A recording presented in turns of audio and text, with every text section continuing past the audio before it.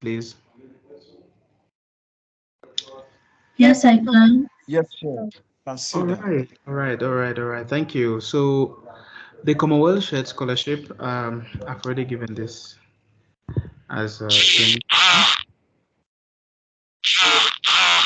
Uh, okay, so I'll just give like a brief background about this scholarship. I often get many questions which are which has to do with the confusion of which kind of Commonwealth scholarship this is and how many kind of Commonwealth scholarships there are and how this actually works. There are many confusing terms like nominating agency, who does the selection of candidates, how many courses can I be applying for, where do I even find, the courses to be applying for. Um, excuse me. At the same time, I have to be admitting people into the. Doc, I'm able to admit, so you can Oh, just proceed with your oh, presentation and I'll do that. thank you very much, Bernice. That's helpful. So, just as a background, the Commonwealth is British. It's a British scheme by their Foreign Commonwealth Development Office, which is like their Ministry of External Organization or Foreign Affairs. It's based there, and they have these funds where they support schooling of people from Commonwealth countries to study, maybe at master's level, at PhD level, or some other schemes. But for the purpose of this webinar, we're going to focus on one of the master schemes, which is the Commonwealth Shared Scholarship. The other master scheme is the Commonwealth Master Scholarship, and basically the third one, the Commonwealth Distance Learning Scholarship. All of them are at master's level, but they just have different ways of functioning. But basically, they are all having like fully funded, it's a fully funded opportunity where people are able to leave their countries with their flight paid, go and study in the UK and their masters, and usually return to their country to implement what they went and studied in the UK. So it is intended, as a development program. So basically, the student visa that you're put on would want you to return to your country for you to implement developmental stuff that you would have to highlight during your application process back home. Of course, there are many ways that people do and don't go back to their countries legally, and that's fine. But the idea of the Commonwealth Scholarship is that it should spur development in Commonwealth countries. So, how is what's like the big thing about the Commonwealth Shared Scholarship? Again, I have to mention that in terms of administration, it is different from the Commonwealth Master Scholarship, and the main difference is the nominating agency. All of both have nominating agencies, but now there's a difference in what kind of nominating agency each one has. So what's a nominating agency in the first place? A nominating agency is that body, that institution that has a collaboration with the Commonwealth, and that does the selection of candidates. The Commonwealth Master Scholarship, whose deadline has already passed, is administered locally in Commonwealth countries. There's an institution within the country. In Cameroon, for example, there's the Ministry of Higher Education. That is the main um, nominating agency. They do the selection process. They kind of launch their own competition, and they do the selection process. And once they are finished, they submit the names of applicants, of candidates who win the scholarship to the Commonwealth, and the Commonwealth provides funding. So that one is in country. In this case, the Commonwealth Shared Scholarship, the nominating agency is UK universities. Not all UK universities, selected UK universities, which have a sort of partnership with the Commonwealth, where they have specific courses that both fund. That's where the name shared comes from. the university and the Commonwealth Scholarship Commission both fund selected courses and candidates. So this year, I think there's over 180 courses that have been advertised, and each one of them will have someone take them, and they'll be co-funded by the Commonwealth Scholarship Commission and the university. So the university in this case does, the selection of candidates based on criteria from the Commonwealth. So people will apply to the Commonwealth on the portal, selecting a specific course, and also to the university for admission. We'll talk about that later. But in essence, the university will choose the best candidates, and the competition here is worldwide. They will choose the best candidates and they would nominate to the Commonwealth, who will ratify and give funding. So, in terms of eligibility, this scholarship, the Commonwealth Shared Scholarship, basically is for people who have an undergraduate, like that's the minimum that you can have. But I know of people who have had it, having a previous master's or even a PhD, and they go and have another master's. So it gives you access to do a master's in the United Kingdom, but you should have at least a bachelor's degree by the time you are starting your course. So you can even be in your final year of bachelor's degree and obtain the scholarship, and the university will just ask you to prove that you can have your certificate before coming to the UK. So it is important to also note that the eligibility criteria is among selected countries within the Commonwealth. It's not just every country that is eligible. There's a list of eligible countries. There's a list of eligible countries for this scholarship, and you want to just check that yours is amongst. So, in terms of benefits, I think that the Commonwealth Shared Scholarship is a real gift. Like I said, they will fund your travel from your home country to the UK and back. They will fund your tuition completely. They will provide you small allowances like warm clothing, a sort of research or dissertation allowance, I think, and they will also provide you regular stipends. I think this year the stipend stands at about 1,300 and something pounds, which, if I convert it to Cameroonian francs, is about 1 million or somewhere close to that. So it's quite lofty in terms of benefits, and that amount is for courses which are out of London, and for those in London, they earn even more. So it is really a great scholarship, and it has the same value in terms of benefits like chevening, like the Commonwealth Masters and what have you. In terms of competition, it's really tough. Remember, I said people from everywhere, all over the world, are applying, from Commonwealth countries all over the world are applying for this opportunity, and you would understand that it's um, it's really competitive. So, in my case, I think I've shared it before, but in my case, we were over 303 people were chosen at the end of the day.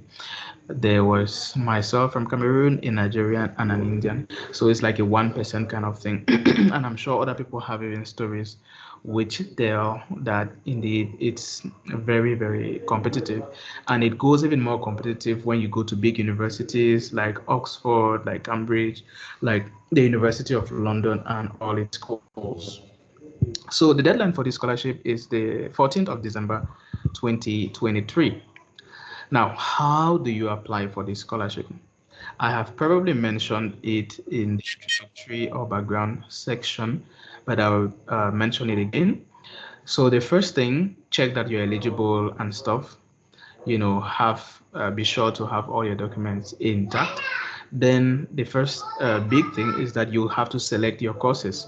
So in terms of selection of courses, if you go on the Commonwealth portal, um, you go on the how to apply section, you see a sort of drop box on the left side, which is blue. there's an overview, then there's how to apply. If you go on the how to apply section, you see the list of UK universities and the list of courses that are participating in this scholarship. So if you click on that list of courses, it would have different rubrics like different sectors. There's health, there's accessibility and inclusion, there's education, there's you know um, business and things like that. So within each of those rubrics, there are different courses, and those courses are master programs of specific universities. So you can have, for example, if you are somebody who is into education, you can have an MA in education at the University of Glasgow, for example. You'll see maybe another MA in education at another university. So there's a list of universities, and they really span across all disciplines. And the thing is, when you select your course, you have to, apply for that course, but you can select as many courses as possible. There's no limit to the number of courses that you can select and apply to. You just need to have the stamina, the drive, the inspiration, and all that it takes, the time and everything, because it's quite hectic. So you do the selection of your courses. In my own case, I applied for 6 universities, and I that was because I was really late. I was running out of time, and I would not advise anyone who has time to apply for less than 8. I've heard of people who have applied for over 20, and it's just to up your chances to maximize your potential of getting one. Even if you get more than one, you have to choose one, but it's always good, to be more than certain that you would get a scholarship. So after selecting your courses, you have to apply in two different two different ways. You have to apply to your selected course on the portal. So when you click that course, when you click the portal, you register and stuff, and you have to apply based on that course. And what do I mean by applying on that course? You would have to enter your personal details, your work history, your educational history, your publications and awards and stuff. Then you will now be, provided many essays, a personal statement that you have to elaborate on developmental issues, on your plans when you when you are there in the UK, on your plans when you return to your country, on your long-term career goals and stuff like that. So basically, it's a very long essay. Please, can you mute anyone who has their mic? So it's a very long essay that you have to fill. It's very long, it's very demanding. I think there's about 9 to 11 essays. There's also like leadership and volunteering experience that you have to write. And they have a number of words that you have to reach. I've seen people who have submitted, who have, given me their essays for me to review. And let's say the question was asking for about 250 words, they'll provide maybe like 30 words. In such case, I mean, you are definitely not competitive compared to those who are actually, going over the 200 and reaching the 250, or even having more and streamlining to the number of words. So I think it's very important to understand that yes, you have a lot of writing to do, and they will base themselves also essentially on those writings and on other parameters. So you have to apply to your selected course. Remember, I said when you choose a course, it will open you to a portal that you can apply from beginning to the end. But now let's remain with the MA in education. If you apply for that course, let's say University of Glasgow, MA in education, you've applied for the Commonwealth on the Commonwealth portal. You have to also make sure that you apply to that course on the university's admission portal. So you have to go and look for that course by just typing on Google MA Education University of Glasgow, and it will guide you. It will take you to the website of the school, guide you on the program and how to apply, and you have to submit some documents as well, which we shall talk about in our checklist.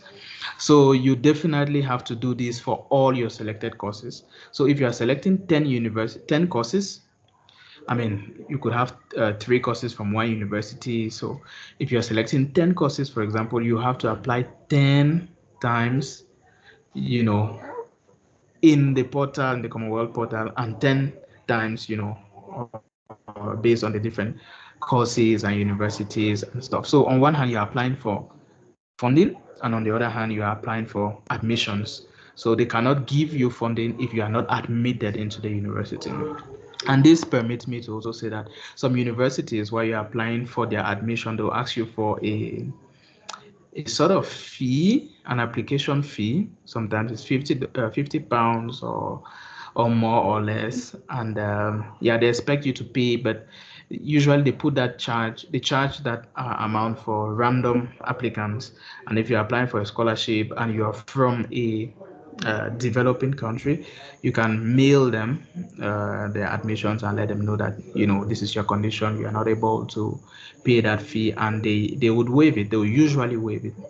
I think usually London university institutions charge a certain fee for applications. So that said, yeah, you have to really ensure that you are applying to the university, and I also have to mention that the university in question will have access to your Commonwealth ACEs. So it's not something that you're doing loosely, and you're just saying, okay, I'll just apply to the university. It's easy to get admission, but I'll focus on the Commonwealth. You want to make it strong both ways, because they'll have your profile both ways, and they really assess everything to be coherent and strong. So they have access to your Commonwealth ACEs. I remember at my university, Queen Margaret University, I spoke with the person who was in charge of the Commonwealth, and she kind of gave me a sense of how things work. And really, I would advise that you kind of make your profile strong overall wherever you're having writing to do. So in terms of checklist, there's a couple of documents that I think is important for every applicant to have, be it at university level when you're applying to the university, they will ask you, or be it while applying for the Commonwealth. One of them is your ID or your passport. I think, yeah, Commonwealth does accept IDs. International schools internationally usually will accept also both. Maybe some will focus on passport, I'm not sure, but if you want to just check that with the university, you have to prepare your certificates, like everything that you mentioned that you have in terms of certificate, you have to provide it, and your transcript as well.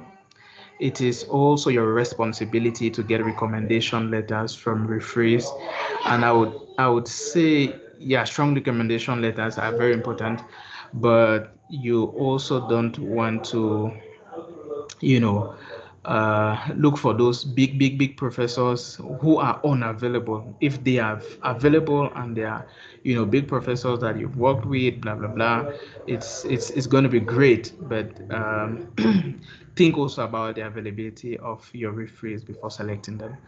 And all those things have to be done right now. For your ID, I know that you have it, your certificate, you have it, your transcript. For some of you, you don't have, you have to look for it. Your recommendation letters, you should have it.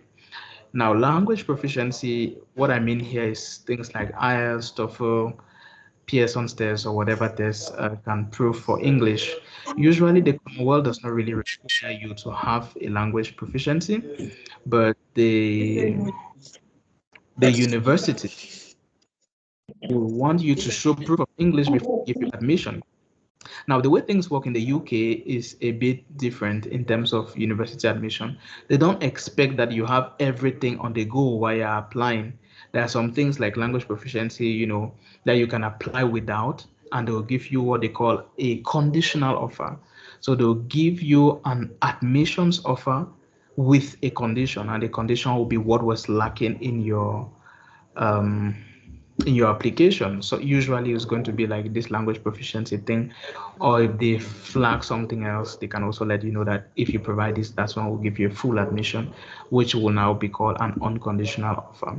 So the personal statement also is something very, very important, because you would have to write it when applying to the university, and also write it when you are applying to the Commonwealth. And obviously, like I said, there's plenty of essays which are more like on the Commonwealth's side.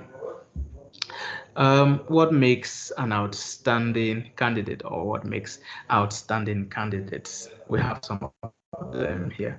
So, Berenice, I'm going to, at this point, let you speak and share with us how to choose, because I think that to be outstanding, you have to start by choosing your universities right, your courses right. How do you make a good choice of courses? I've seen many people, showing me their list of selected courses, and I tell them, hey, I don't agree. It's important that you make a certain modification, and I'm sure Berenice will have a lot to tell us about.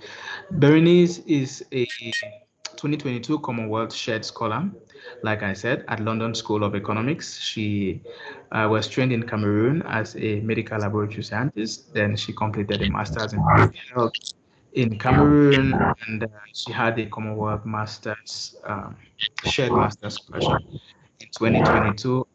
Currently, she just started her PhD at the University of Ulster, fully funded, and she's one of those great examples of what the scholarship can do, and how it can be a blessing. So Berenice, why don't you walk us through own your own nice words in terms of how we can possibly choose courses and any other tip that you may have. Hi everyone, good evening. Thank you, Dr. Ashu, for bringing me here. It's a privilege to be here again talking about the Commonwealth Shared Scholarship. I mean, the reason why it is shared scholarship, as you said, is because it is partly funded by the university. The other Commonwealth Master Scholarship is completely funded by the Commonwealth, but this one is partly funded by the university because the university has much of the decision to make about who gets into the program, first of all, since they are funding as well.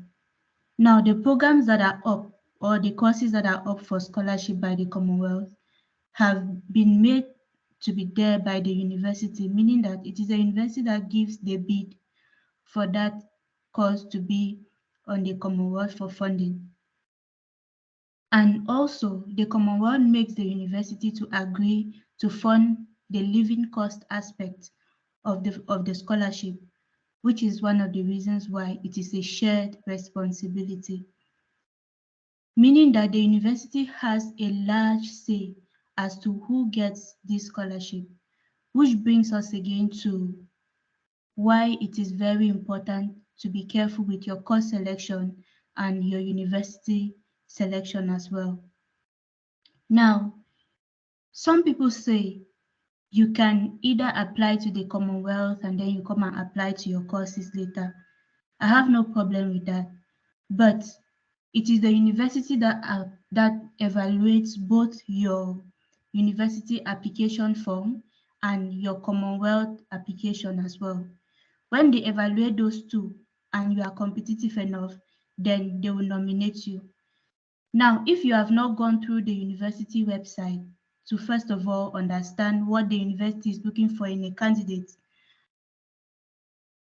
putting in your own application to them, you might have it difficult or you might miss the point in preparing for your own Commonwealth application.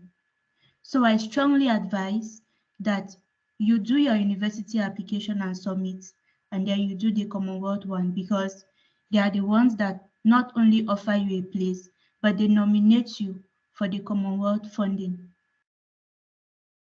What is it to look for when you are going to apply at the university?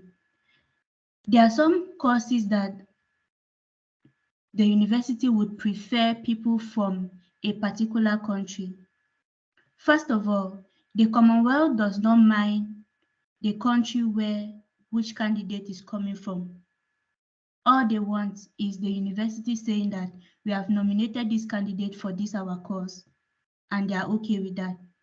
But the university is highly concerned with these students we are taking in, where does the student come from? Because they want to kind of create a balance. They are always looking at diversity and inclusion. They want to also boast that we have one candidate from this country who has come in, one from this side of the world who has come in. So they are trying to look at that balance. So where a student comes from matters a lot to the university. For example, at the LSE, I was the one Cameroonian that was there last year for my course. I know somebody else who was at LSE but was for a different scholarship. So if we are looking for this Commonwealth Master Scholarship or Commonwealth Share Scholarship, for example, the university will not be choosing two candidates from one country. They would want to look at, we are taking one from here, we are taking one from here. I don't think no matter how good the two candidates are from a particular country, they can give the two positions they have to people from that country. So there are some courses where it is specifically stated that they would prefer students from this country, this country, this country. So if you have not first of all gone to the university website to check those criteria or the preference that they have for candidates, you might not know. You might just see the fact that on the Commonwealth website, this course has been selected and is up for a scholarship and it's something that you would like to do. You start applying for it, you have missed the point. So it's important that before you start to apply to the Commonwealth or on the Commonwealth platform, go to the university website, check their eligibility criteria, check if they are actually funding this course. Do they have any preference? For example, MSc in Public Health for Development at the London School of Hygiene and Tropical Medicine. They are giving one place for a Commonwealth shared scholarship, and they have stated that they would prefer students from Gambia, Uganda, South Africa, Tanzania, Zambia, Malawi, and India. So if a Cameroonian is applying for MSc Public Health for Development for the Commonwealth Shared Scholarship, they would want to look at these people that they have preferred first before coming to look at you. So when you are selecting your course to apply for, go to the university website first, because on the Commonwealth platform, they did not state there that they would prefer somebody from these particular countries. Don't waste your time doing something that is not really going to be beneficial. The time is not much. So what I would advise is that first of all, go to the university website, read through, see what they are looking for. If you perfectly fit into what they want, then you can go ahead, put your application for the university course, and then put it to the Commonwealth as well. Another thing, when the university are putting up their courses for people to apply for, they state some of the criteria on which they are going to make that decision. And I would not hide it to tell you that the Commonwealth Shared Scholarship highly regards academic merits. Highly. We are going to look at the rubric if we have time to look at it, but they highly regard it. So if on the university portal they have said that they are looking for a student who has a second class upper, at least a second class upper result at bachelor's degree, or you have a second class lower with a master's degree that you have gotten already. So if you are somebody who just has a second class lower, you don't have a master's, you are putting yourself in danger. So when you go to the university's website, those are the kind of things you should be choosing, you should be looking at. If I apply, will they give me a place? And even if they give me a place, am I standing the chance of competing with people applying for the scholarship? Because you can have an offer with a university, even unconditional, but you don't get the scholarship because there was somebody more competitive for that scholarship than you. So it is very important to go to the university's website first, go through the course that they are advertising on the Commonwealth portal that they are funding. Look at the eligibility criteria that they have, and look at your own stand to see how you fit in to what they are looking at. One thing that I would also say is that the Commonwealth is only concerned with development. Even these courses that are up for funding, the university has been able to demonstrate to them that this course has a great impact in the aspect of development. So as a candidate going in for this scholarship, in your application as well, you should demonstrate as somebody who is interested in development, not only development, but development of your home country. Your application is supposed to be coherent. I would always say that from when you are applying to the university, in this case, until when you have applied or you are applying to the Commonwealth on their own portal. Don't vary your ideas too much. One difference with this scholarship and the Commonwealth Master Scholarship is that the Commonwealth Master Scholarship, all your three schools go with one application. But this one, if you are applying to three universities, for example, you are putting in three different applications to the Commonwealth. So there is a chance for you to apply in different developmental themes. Let me just take this opportunity to say that the Commonwealth has 6 themes that they look at: access, inclusion, and opportunity. That's number one. Number two, promoting innovation and entrepreneurship. That's number two. Number three, science and technology for development. Number four, strengthening global peace and security and governance. Number five, strengthening health system and capacity. Number six, strengthening resilience and response to crisis. So as an applicant, you might want to go with strengthening health systems for capacity, strengthening health systems and capacity, sorry. And then you also look at strengthening resilience and response to crisis, because I am a health person as well. But if I am looking at infectious diseases in crisis, that one might come in strengthening resilience and response to crisis, meaning that as a health candidate, if I am choosing my course, I should not only look at the courses that are looking at, are in strengthening health system and capacity, because these courses have been grouped into these themes. So I might want to feel that as a health oriented candidate, I should only look at strengthening health system and capacity. That's where everybody is looking. But if I am interested in infectious diseases, I might want to look at strengthening resilience and response to crisis to see if there's something that aligns with infectious diseases. I will now go to the university portal, check there, and if it is something that interests me, I will go for it. So I have spoken extensively on reading thoroughly through the university website, looking at what they actually want before you go in to put in both your university applications and the Commonwealth applications. I've also tried to make us understand the different themes and how we can be able to check and navigate all of them. Don't only focus on health if you are a health person. For example, if you are looking at promoting innovation and entrepreneurship, all the courses that might be of interest to you might not necessarily be in this theme. Check in the others. You might see something that interests you there as well. Another thing to say when choosing a course is that when you look on this Commonwealth scholarship portal, you will see that the different universities that are up for funding have a quota. For example, the London School of Economics and Political Sciences has 4 scholarships for the Commonwealth share. Now, I have to now ask myself, if they have 4, am I competitive enough to stand for 4? There are some universities that have just 2, especially if it's a very renowned university and then you know that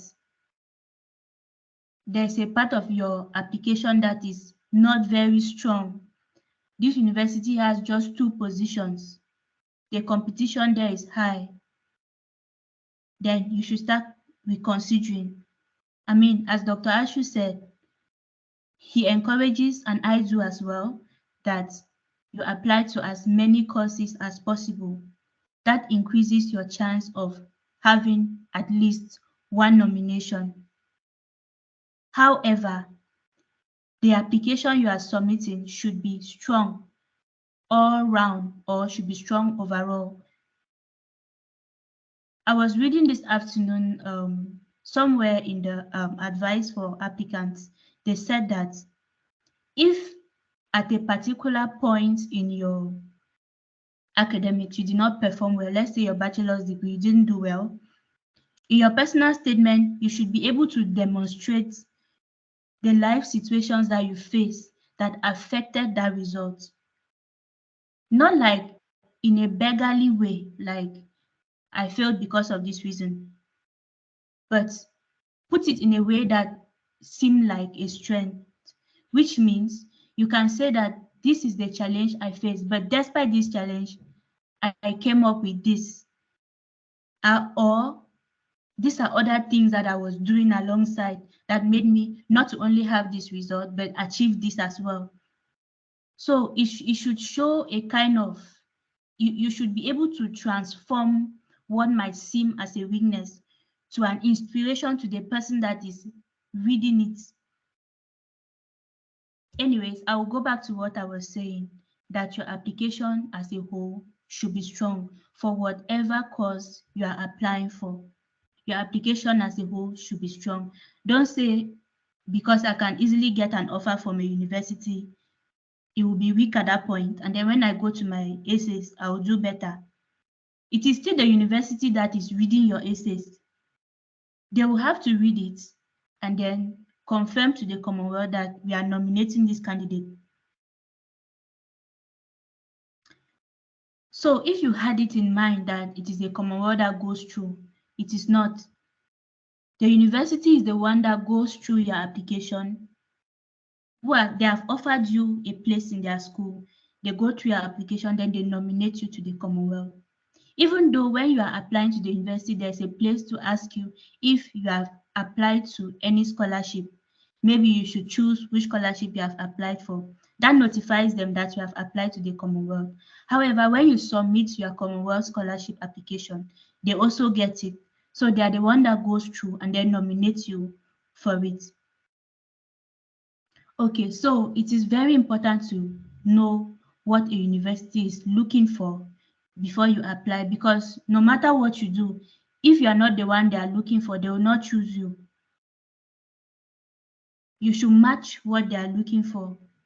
Match what they are looking for. If you see that a university is really keen about 2 years, 3 years, 4 years work experience, you don't have it. Match what they are looking for. If they are really keen about academic and you know that you are strong, match what they are looking for. So look at what the university is looking for and match it. And I would say that on this Commonwealth application portal, there's a lot of useful information. This place of advice for applicants helps a lot. Read it. On it, there's also like a marking guide on how they grade students. What do they consider first? How do they, yes, that's it that Dr. Ashu has opened. What do they consider when they are looking at academics? What are they looking for? When they are looking at references, what are they looking for?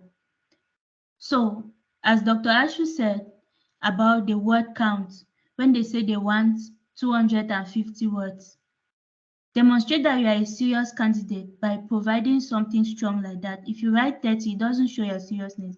They are not looking for somebody to give money to. They are looking for someone who demonstrates leadership to give money to. So you should be able to demonstrate to them that you are the one. Then they will give you. So let me see what else I wrote that I've not spoken about.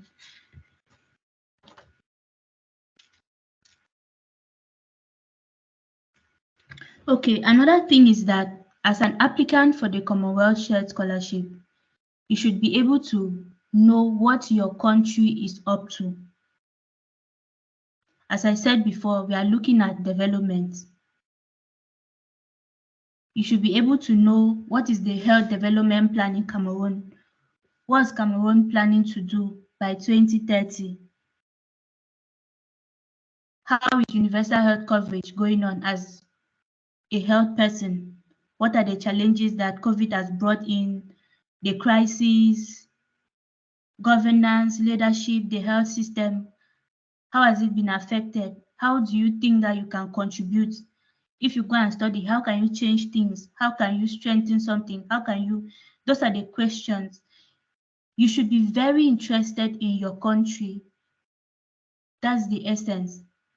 So if you are applying to the university, demonstrate that, and even demonstrating more in your Commonwealth scholarship application form. Demonstrate the interest that you have in your country. You should be able to say, this is what my country is up to. This is how I can contribute to it. The Commonwealth is about development. They care about development a lot. If they see that there is a problem that you want to solve around development, then I think you are a fit for the scholarship. Okay, Doc, for now, I think this is what I have. And if something else comes to mind, I'll speak at the end again. Thank you so much. All right. Thank you, Berenice. I think what you shared was super, super, super, super helpful. And I too I'm feeling like, well, maybe I should apply again and apply these tips. I think it was really helpful. Thank you so much, Berenice. Just to add one or two things with to what Berenice said, I'll also say that, yeah, like Berenice said, don't apply just for the sake of applying. Don't choose schools just for the sake of choosing schools. There should be a strong connection between you and the schools. And that's what they will be asking for in your personal statement. For example, there are schools, for example, my own school was very interested in migration studies and things like that. And that was what my essay was all about. And they felt like, yeah, this person kind of fits within what we're looking for. So don't just canalize your essay to what they need per school. I'll usually tell you guys that you have many facets. So when you are talking about this university, go first, search about it. What are their interests? What who do they want?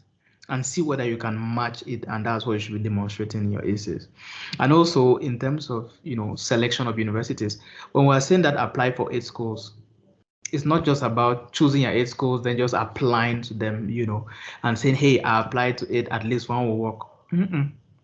What I would say is have there's definitely competitive, more competitive schools than others, and there are others where you can feel that somewhere you have a link with that school. Focus on those ones. Try to focus on those ones and make your application strong.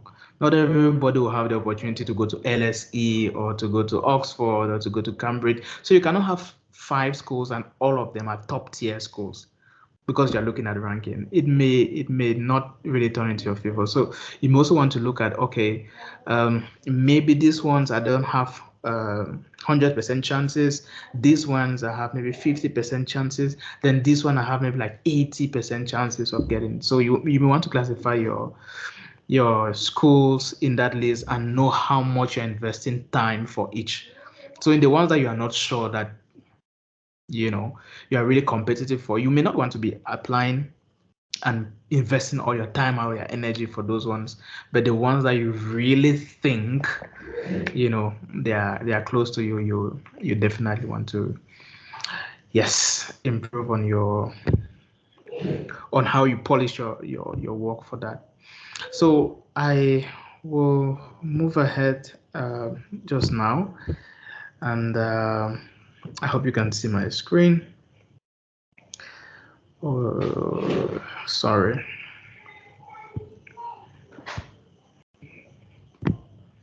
So please, just like I said, for as housekeeping rules, if you have any questions, kindly keep them or just post them on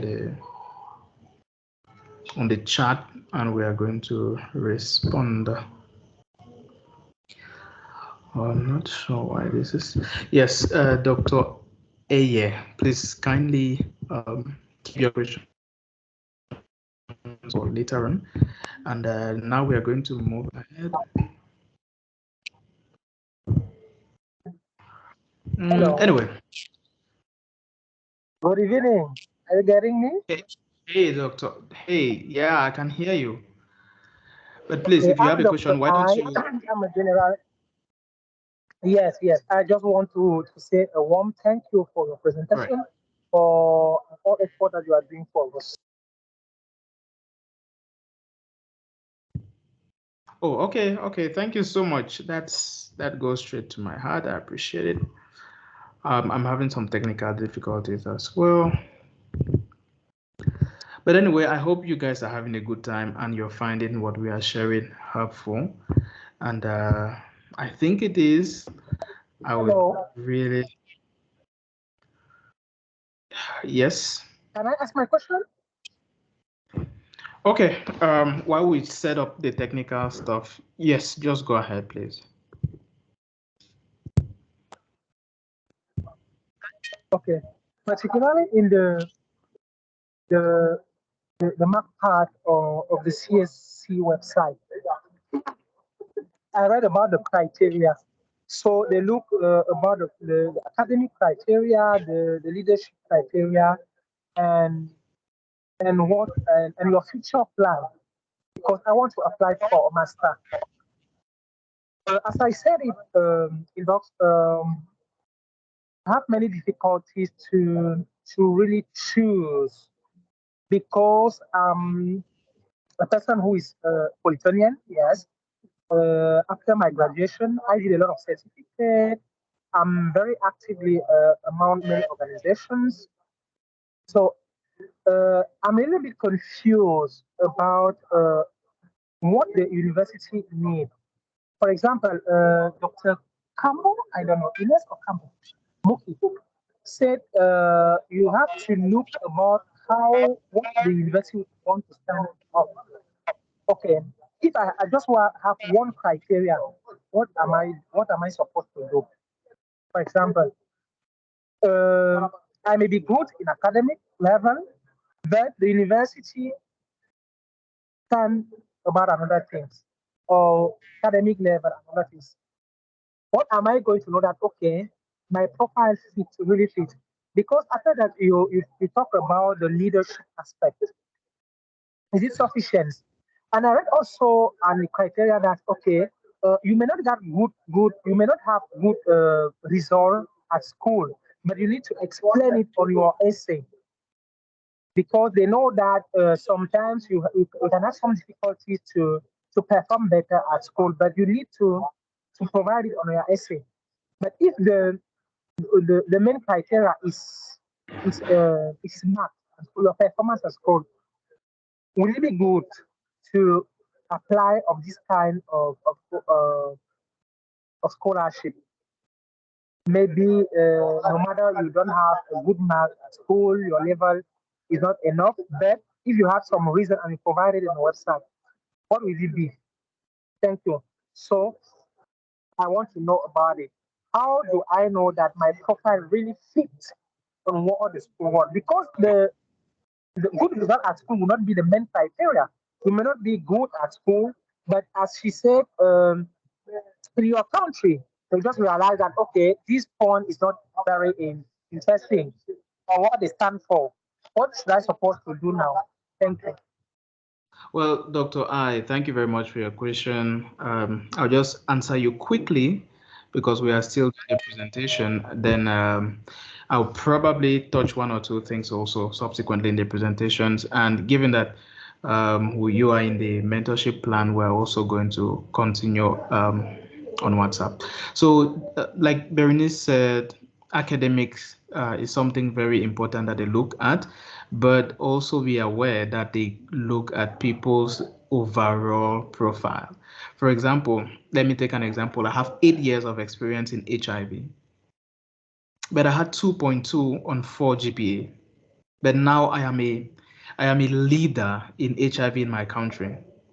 There I stand a high chance of winning for a school that is looking for people who are oriented towards HIV than somebody who is freshly graduated and has 3.4 on 4.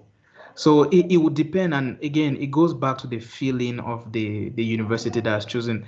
They would know who to choose according to what they want as their values, and also how they want to um, diversify their cohort. Sometimes it's based on small things like gender. It's based on small things like country. It can be based on such things. So I would say leverage on your strengths through your write-ups, because there's nothing that you can change on your GPA. Leverage your strength through, I mean, your experience. You already have it. You cannot quite modify it just now. But yeah, what you write and how you coin your essays and which school to select will matter. But again, we'll talk inbox, Dr. AI.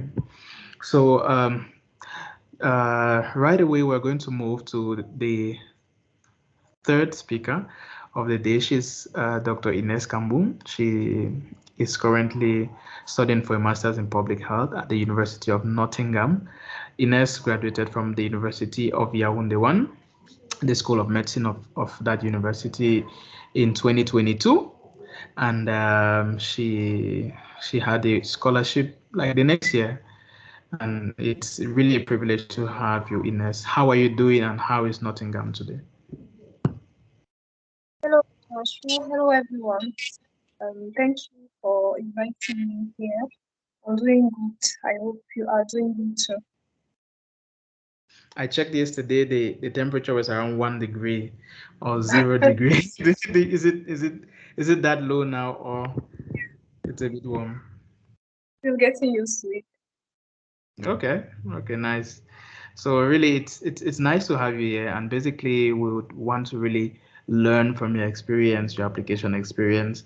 You know, you're coming straight off medical school. You didn't have years of experience, and you were, bold enough to take this chance, and you made it. So basically, would be happy for you to share with us your experience as an applicant. How did you learn about the scholarship? How did it go? What do you think were your strengths? How what kind of tips can you share with those who are applying, or just anything that would be helpful for applicants? Okay, my story is quite long, but I'll try to shorten it. Thank you. I am currently doing an MPH in public health, and I would say that that was my intention before applying. So I think one of the aspects that were interesting was the fact that I knew from the beginning what I wanted to do, and I made the most with what I had to tailor my application based on what I want, and I made the most to let them know what I want to do and why I want to do it. Talking about my background, I, as you said it, I think you said most of it. I defended my thesis last June 2022, and I started the application process the same year, but around December. The journey has been really long and hectic because it was made of many sleepless nights and many, many different things to consider. But I would say that overall, if I have to if I have to state the main things that helped me during the process was firstly to make sure my profile is aligned with what they are looking for in candidates, because I took the time to look for what they want, to better understand, to have an idea of what type of candidate they want.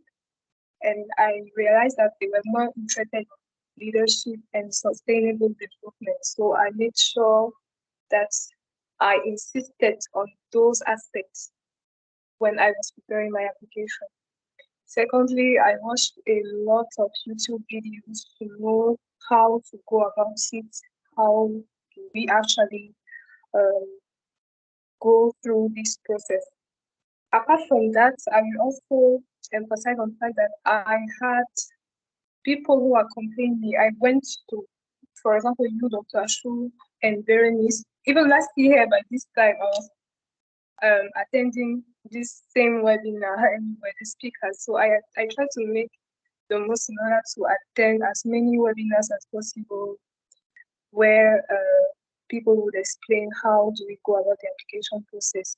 And also I had mentors, I mean, in my course environment, I had mentors that were explaining. Anytime I had questions, I always went to them in order to have an idea of the whole process. Apart from this, I would also state the importance of having good reference, because for me, for example, I went to it's true. During your presentation, Dr. Ashley said that you need to make sure that your referees will be able to properly write your reference. And are you with me, please? I'm not sure you can hear me. Sure, I am. Yeah, And that yeah. is very I think that available for I think that it's important that all the elements you bring align. So I made sure that my referees were aligning with what I wanted to do and were supporting me. So I went to see them before and explain them that, okay, I want to apply to this scholarship. I need to have their support and all of that. I think it's also their position that helps. I don't know. And finally, I would say it's God's grace, because in my own case, I would not say that I was more, I was better than anyone else. I would just say that it's God's grace. Yeah, and I also just want to ask, how many schools did you apply to? And also, Berenice, if you don't mind, can you share with us how many schools you applied to, and yeah, what were the odds for you to be selected? Personally, I applied to, on the Commonwealth portal, I applied to 9 schools. And because I did the Commonwealth applications before the school applications, so I applied to 9 schools at the Commonwealth portal. Then later I completed my application at 7 schools. Okay, for me, I applied to 5 schools, and for those 5, 2 rejected me, like they didn't give me an offer, they didn't give me a scholarship. And then one of them gave me an offer but without funding. And then I got 2 nominations, one from LSE and then one for Coventry. So I had to take the LSE one. Oh, wow, that's wonderful. I wouldn't ask why you chose LSA and London. Anyway, beautiful, beautiful, beautiful. Well, kind of wrapping up with our presentation. Thank you very much, Ines. I think it was very helpful. You also be around to answer questions if there are any from our listeners. And the last point on our presentation will be the personal statement. Like I said, a personal statement is one of those documents that you'll be sharing to your school and to the Commonwealth. Basically, the same people will look at it, but you'll be sharing on platforms. So your personal statement, it's usually like a 1 page or 500 words write up that you will have to write to convince admissions or the selection committee that you are the right candidate for that university or for that for this scholarship. So inside there you have to talk about your background. It's not a letter. I usually receive people's personal statements that I have to edit. It's not a letter. It's not like a formal letter. It goes more like a story. It goes more like a life expressed and which is culminating towards I should be getting this opportunity. So I'll usually advise that you start with the background. It can be in a form of a story, something that struck you, something that has marked you, and you want to coin it and make it start from there and leading you to why you need this course now. For example, maybe I'm interested in what diabetes. I'm interested in diabetes. Maybe I want to talk about, let's say I'm a doctor. I want to talk about my experience so far, including all the adjectives and everything that, allows them to know that I'm somebody who knows what I'm talking about. Maybe for the past 3 years, I've been um, personally following up people with diabetes, and I have seen a lot. One of the cases that really struck me was this and this and this patient who was called this and that and that. And throughout his stay in the hospital, it went like this. It involved the family and stuff. And I saw how devastating diabetes could be, not only for the individual because of these complications, but also it led to familial problems and whatever, whatever. And that sprang something in me to be able to fix this. And in searching for courses, I went online. I took Coursera or other MOOCs, and I was able to do, short courses on diabetes. But my thirst kept on increasing and increasing, and now I felt this was the time for me to take a master's degree in endocrinology. That's a good background. and you have said why you need this course now. You started by giving a sort of picture, a background of who you are, what drives you, how you landed to this course, and there you are. You need this course. Your personal statement also has to talk about why you selected that university. Berenice has said it more than once. It is that university. They don't care about other universities that you're applying to. They don't care whether you have 10 applications. So you don't want to just put something generic out there that, oh, I'm applying for a health course, oh, I'm applying for an MPH, oh, I'm applying. No, no, no. You have to focus it on that university. Why that university? Here you start seeing things about what the university offers, what are the university's strengths, and that's really what you want. So you have to demonstrate it in writing. I'm saying this because people are at the point writing their personal statements and you need ideas. This is probably just tips to make it stronger. You also have to answer in your personal statement the question how you fit in their cohort. Yes, you like the university. How or why should the university like you? Maybe you come and you mentioned, for example, the case that I've mentioned about diabetes, and a doctor, you may want to talk about you coming with an experience or an angle from a less developed country on how diabetes is managed. Maybe in a rural setting, maybe among displaced populations, maybe among this. You are bringing an addition to their cohort and you have to mention it. It's like an application letter for a job. They have to be able to say, yes, we need this guy in our team. Also, you have to demonstrate depth of your search. Depth of your search. What do I mean? You have to demonstrate that you have gone through everything about that course in that university. They have to know that you know their professors. They have to know that you know which lines they are targeting in terms of research, in terms of what are their objectives. You have to mention it. You have to celebrate them in a way, but let them know that you have not just scratched the surface, but you have gone deep enough to know that school and you really strongly think that school is for you. And again, this is not something easy that you can do for 8 universities or for 10 universities. You need time, you need investment. And I think it's important because if there's one thing that they would look at, is your personal statement. It's not your future career goals, it's your personal statement. Of course, your personal statement also has to incorporate your future plans. They have to know that, okay, if we are giving you this degree, we are training you in this, where will you learn? What are your dreams? Yeah, we've spoken a lot about the shortcomings that can be explained in your personal statement. You need to use your personal statement as an opportunity to explain your shortcomings. For example, the person who had a 2.2, GPA. There could be many reasons why you had 2.2. For example, some people struggle with language. It was not the university of choice. You found yourself there. Maybe a close relative of you passed away. Maybe you had mental health issues. Maybe you had this or that. You mention it. Tell them that, hey, my unfortunately, I couldn't score high at my undergraduate level because of this. However, I have been able to, you know, you now start talking about other things that have strengthened your profile. For example, maybe you have engaged yourself in one research publication or two or three.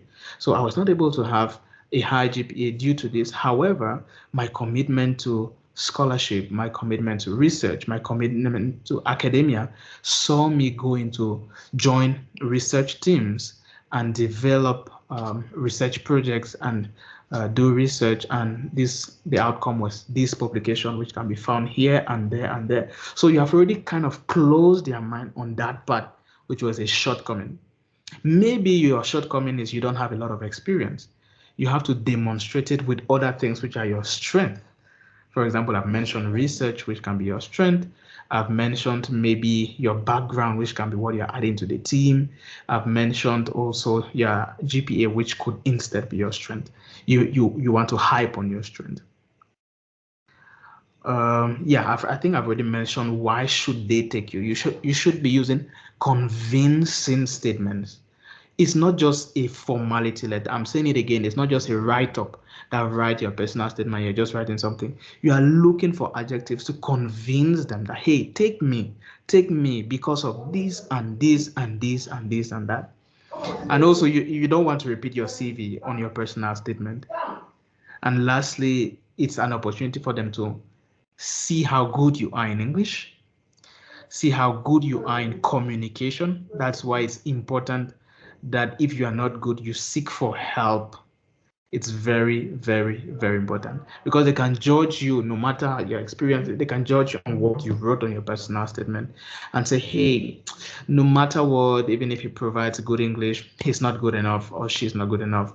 They're not going to, we cannot accept this kind of, you know, write up for our cause or something. So you have to really put out something that is flawless. And also your personal statement is where you demonstrate your personality. They should feel you in your words. They should feel your enthusiasm. They should feel your preparedness. They should feel that you are the right candidate for the job. And so we are also just sending this out. We started a scholarship, mentorship, and preparation for the Commonwealth shared.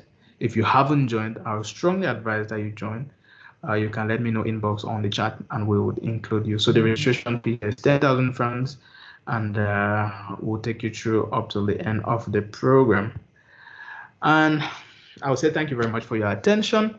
We've come to the end and we also run a charity called Global Missions, and in our charity, we do a lot for rural parts of Cameroon. And yeah, that's our commitment, and that's why we are doing what we are doing. And we're a Christian organization, be it at the charity level or at the scholarship level. So that's me. I am all done, and I would now moderate the question and answer session. Um, was I sharing my screen? Sorry. No, dog, we're Oh, not seeing you. it's a shame. I thought I was. Anyway, I'll moderate the question and answers session. And yeah, if Please, you dog, have any before you go questions, to questions, can I say something? please go ahead. Meanwhile, I'll share my screen in. Okay, so briefly, Ines spoke about references, but she didn't go extensively. So I'll just like to say that if you're looking for a referee, look for somebody that can speak well of you, somebody that can write extensively about you. So what I did was I had 3 referees there who were on standby for me, and I highlighted what I want each person to say. This person I can say speak more about my academics, this other person about my leadership capability, this other person about my character in the workplace. So a referee that will just write a 5 line or 5 sentence summary about you is not as strong as somebody who would write extensively how long they have known you, how much they taught you, how was your performance, what made you stand out, what are some of the challenges they know you have faced and how you overcame, your character. They read these letters and that is what makes them to know that this person has performed well in their previous academic life, so they can do better here, or they can as well do well here. So look for a referee who is one available to always be there to support and who can speak extensively about you. There are some referees that just have generic letters. When a student goes to them, they just change and put your name there and send. No. So look for somebody who is available to write extensively about you. Another thing is the study plan. That's one thing that they also evaluate very well. When you have seen that you have a fit for a particular course, your study plan should be strong. Where does that come from? It comes from the university website again. Look at what they are offering, develop what you want to study from there, and that is how you write for your essays. And even in your personal statement, going through what has made you to choose that particular university, you can now talk about your study plan and how it aligns to what the university is offering. And then your career interests, because a university is offering something that is in health does not mean that you should just choose it. when they talk about career interest, you should be able to demonstrate that with your past experience. So your past experience should align with what you are going for. If I am interested in HIV, for example, and I want to change and go um into pediatrics for a particular school, my CV speaks otherwise. My past experience speaks otherwise.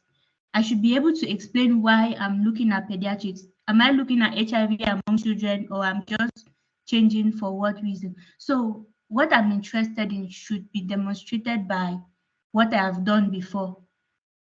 What I'm interested in should show from where it is coming from. Like if the burden came because I saw how HIV was affecting a lot of children in my community and there was no solution, so I want to do it. Or where did that drive come from? And your past experience should be able to speak that. So just to add a bit on the personal statement, you are not just telling a story, but you are demonstrating in telling the story. You are showing that this is where this is coming from, not just speaking words. Your personal statement should be able to demonstrate. You should speak action, not just word. Don't just say, I'm passionate about this, I'm passionate about that. What have you done that shows your passion about what you're talking about? So that's just something I wanted to add on those aspects. Thank you so much, though. Yeah. Can I say something? Yes. Go for it. Go for it, Ines. Yeah, just to add up, I think Berenice just stated um, the most important points.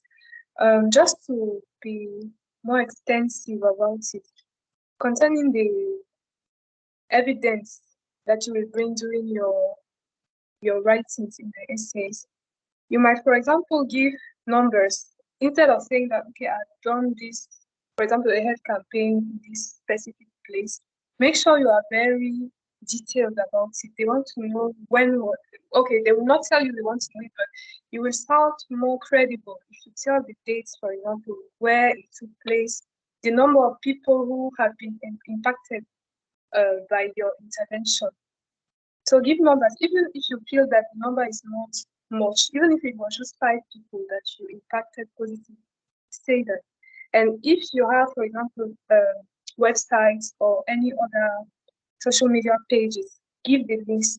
It's important because they want to know that they are in front of a genuine person who is really doing something correct currently. That's what I wanted to say. And now concerning the reference letters, some of the referees may not be available all the time. So to help them to better help you, you could draft something, but like you write it as you were there. You include all your relevant informations, depending on which one you will see. But you write all your details, your relevant details. You actually write the reference letter, and you go to them and show and ask them that, okay, please could you have okay, here is something I have done. You could use this draft in order to maybe they can modify as they want in order to draft their own one. Because some of them, if you just tell them, okay, please, could you write me a recommendation letter, they will maybe do just a paragraph like this. Maybe they don't even know much about for example, your volunteering experience, your other professional experiences. They might not know it. So to make it more easy for them to help you, you can draft something, including all your relevant details before giving it to them. Okay, yeah, I think you are absolutely on point, Ines and Berenice. And I will even say that in our context, most referees, like 90% of the time, they'll want you to write it. And it will be helpful whenever they want to write, also provide your CV or anything that will attest of who you are and what you've done. Usually, I'll prefer writing it. And like Berenice said, I can say that you talk about this for me, you talk about this for me, you talk about this for me. And it matters a lot in the UK. They really look at recommendation letters, and ranks. So it's definitely important to, consider those who are highly ranked, but they should be available. Meanwhile, for ACEs, we'll talk about it in our next session. I hope it will be next week, same time. We'll talk about ACEs more. Today, we've just set a piece with a personal statement, but we'll have the opportunity to elaborate more on ACEs. And I believe personal statements are very important because they give you a kind of sense of direction on how you should coin your ACEs. Okay, so to move to the question and answer session, I would yeah, just take any, there's a hand raised. Theo Alban, if you don't mind, you can unmute and ask your question. If you are targeting somebody, please just mention them in your question and we would respond. Thank you.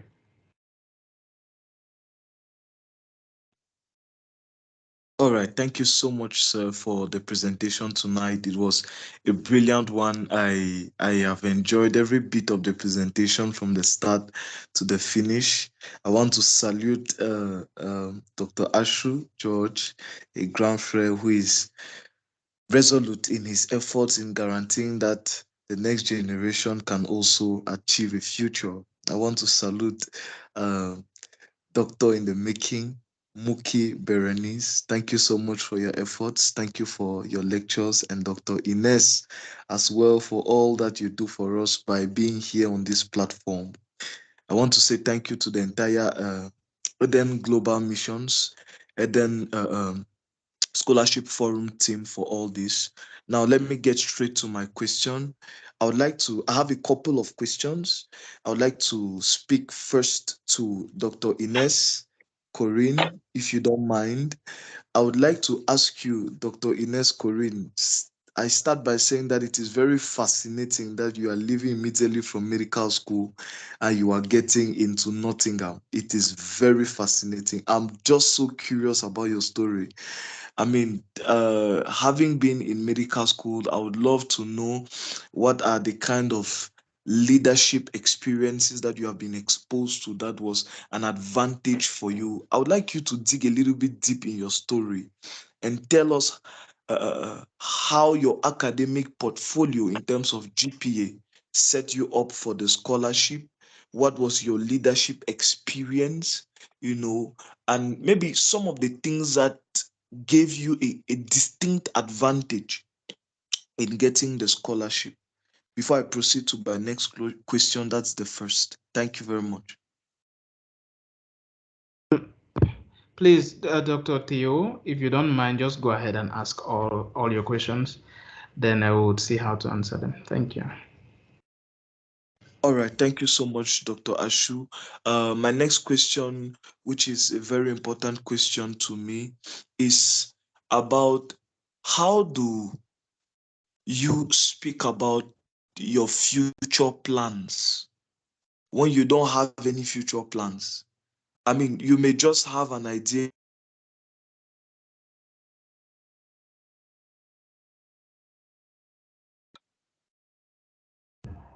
Theophile, did we miss you?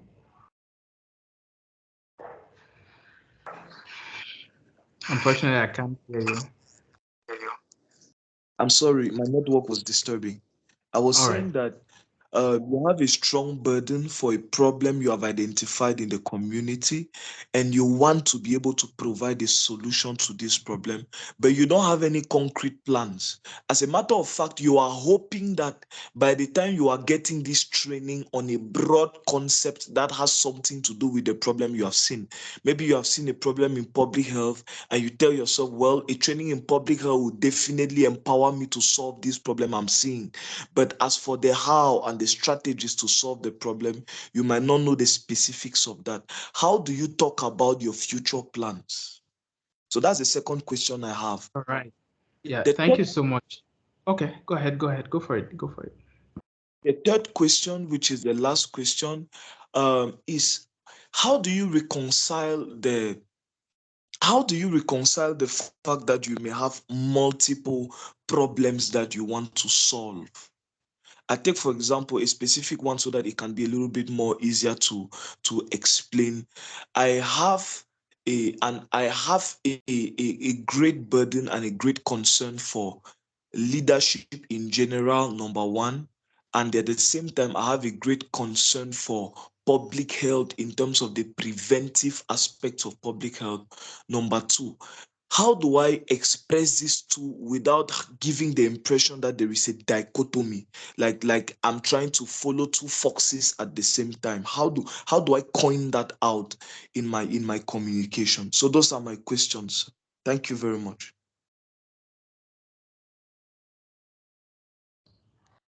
Okay, thank you very much, Theo. We have gotten your questions. I think the first one, Ines will answer, and the second one, Berenice will answer. But in the meantime, I also want to get Yvonne's questions. Yvonne, are you happy to unmute and share with us your questions so that we have like a first round of questions before coming back? Good evening, everyone. Hi, Good evening, everyone. Can you get me? Sorry, I have a cold. yes, we can get you 5-on-5. You can ask your question. Thank you all very much for something. Yvonne, only practicing with the home system. Yvonne, we are getting you faintly though. Could you maybe come closer to your mic or just... I have a cold. I have a cold.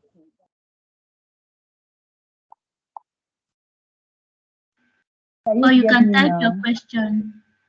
You can type it Yeah, on the chat if you're not able to speak clearly. it's just too faint. If you don't mind, you can also type, but you can try again. Maybe we'll hear you this time. Can you get me now? Yeah, perfect. Perfect. We can get you now. Okay. I said I wish to thank you all for this opportunity.